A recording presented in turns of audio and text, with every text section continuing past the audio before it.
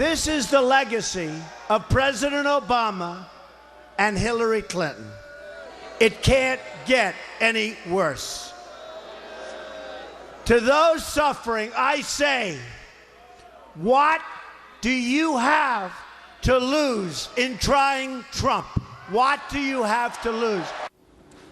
That was, of course, Donald Trump on the campaign trail, making his pitch to black voters. Tomorrow, he's headed to Detroit, where he's going to address a black church and tour parts of the city with Dr. Ben Carson. Here with reaction, Fox News contributor and Sirius XM Patriot host David Webb, and trial attorney and political commentator, our old friend Eric Guster.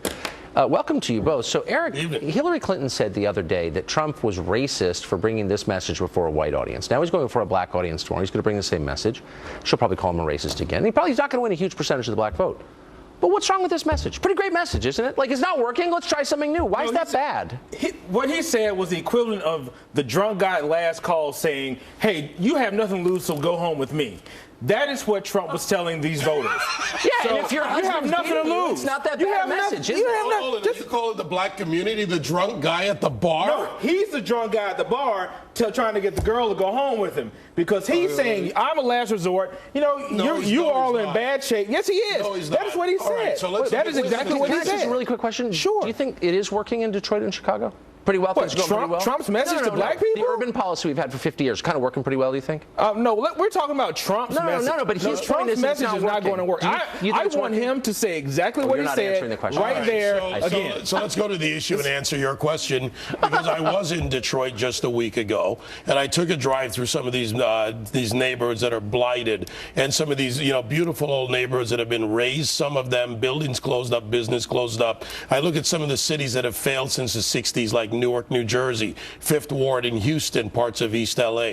All across this country, we have seen failure by the so-called promises from the Democrats to the black community, and frankly, the new, if I want to, let's call it what it is, masters of the black community with the Congressional Black Caucus. You look at the policies, you look at the failures, the failure in education, the failure in economy. You talk about urban flight, where companies have fled from high crime zones. Yeah. Chicago just reached it. Let me finish.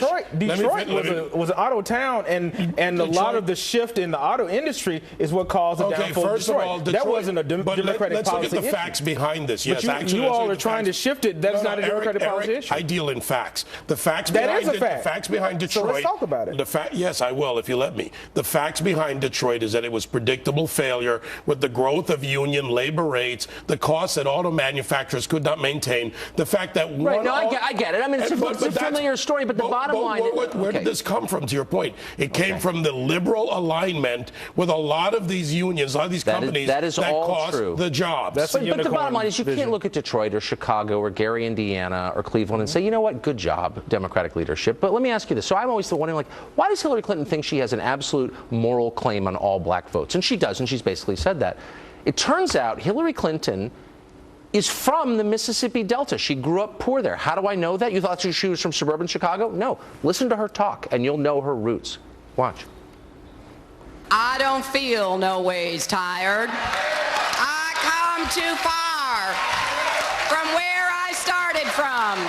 Nobody told me that the road would be easy. Now, let me tell you, I'm aware I may not be the youngest candidate in this race, but I have one big advantage. I've been coloring my hair for years. Now, I'm sure there's more patronizing tape we could find, but I can't imagine what it would look like. That is the single most patronizing, awkward thing I've ever seen. I doubt if you'll find more, because those are only two clips that are being shown. But they're unbelievable. And if Trump had talked that way, man, I wouldn't defend it. I'd be like, oh, that's nauseating. Well, that's not a good tape. That's a bad clip. I'll give you that. Reality has just descended. No, I always shoot straight. But we're talking about two candidates where Trump has 43% of white people think he's a racist. That is a problem for him. True. So if 43% of white people think you're racist, You have a big issue. Yeah, but it doesn't mean you are a racist, and it's worth debating the core issues, I think. Let's get back to the core issue of what we're here to talk about. Racist propaganda to Eric, I'd love to spend time on the deflection, but I want to go to the issue here, which is the black community.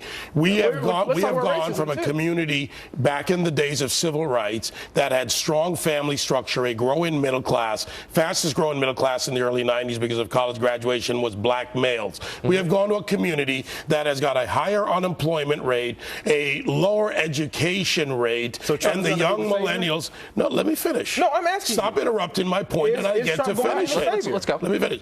When all those factors and more combine, you have failure in a community, and what Donald Trump is saying, shouldn't you consider another choice? And it's this simple reason. Blacks have given their unyielding support to the Democrats for 50 years, and there's a split. It's not a monolithic block, but look at the urban blacks and where they are economically so Eric, and education-wise. I just want to ask you one last question, and it's this.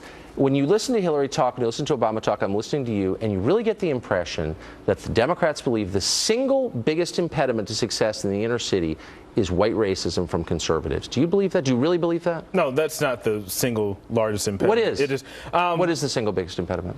Proper funding for education, among other issues, job creations. But education funding has increased. But I want more money than suburban schools. But let me finish. In reference to Trump versus Hillary, Hillary wasn't my first choice, but looking at Trump versus Hillary, she is clearly the choice in this race. Can we just use the point Eric Buster made, which is completely wrong? The cost of education, which I've been reporting on for years now, has increased to some averages of $24,000 to $28,000 per student in these urban environments where money Let me finish. Where the money going into the education system has not been applied to education, but the growth of the administrative structure. There's really not a direct correlation between how much we spend and the results. Right. I mean, it's not that simple, obviously. And one last point. This was the election that the GOP could have attracted the black vote, but Trump is definitely not the candidate. Look, anyone who runs is going to be racist because he has to be. The Democrats have to call you a racist, period. Like, the script on my radio show, I've encouraged people to split their ticket for years. Trump is not the candidate to do that. But that's why you're sitting here, because you're a beacon of reasonableness in a sea of nuttiness. But, I mean, like, it's true. The Republican has to be, I mean, relatively speaking, you wouldn't defend that Hillary tape. Look, let me say this to the black community. Stop giving away your political power to any party, and in this case, the Democrats, because they have nothing to gain and nothing they want but your vote. Don't vote for Trump. What would have been your solution? Don't vote for Trump. I'm being told that we're out of time. And don't vote for the liar, Hillary Clinton. Amnesty Trump. Coming up next, right here on the Hannity TV show. We will build a great wall along the southern border. And Mexico will pay for the wall. He's going to build a wall. You can hear Morning Joe scoffing, but it turns out people kind of want a wall, actually. How does his plan compare to Hillary Clinton? She's against a wall, except when it's around the White House. We're going to break down her plan coming up next. Secretary Clinton, any comment on your husband? You'll love this, Jen. Secretary Clinton, any comment on your husband leaving Secretary Clinton? Everybody try one. Yeah, she's not really in the mood to answer questions. She hasn't really been in the mood for 273 days because she's just busy. According to a new report, Clinton will begin letting members of the press fly in her campaign plane. They're going to be so grateful. The question is, will they be given access? Do they need access? Will it affect their continuous suck-up to Hillary Clinton? It's nauseating, and we're going to chronicle it in excruciating detail here on the Hannity program. Stay tuned.